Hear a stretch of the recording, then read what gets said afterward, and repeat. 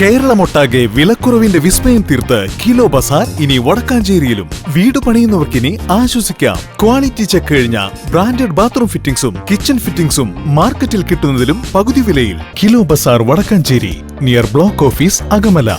Contact 9037921329. Kaliyar road നേർച്ചയ്ക്ക് എത്തുന്നവർക്ക് പ്രത്യേക ജാഗ്രതാ നിർദ്ദേശവുമായി ചേലക്കര പോലീസ്.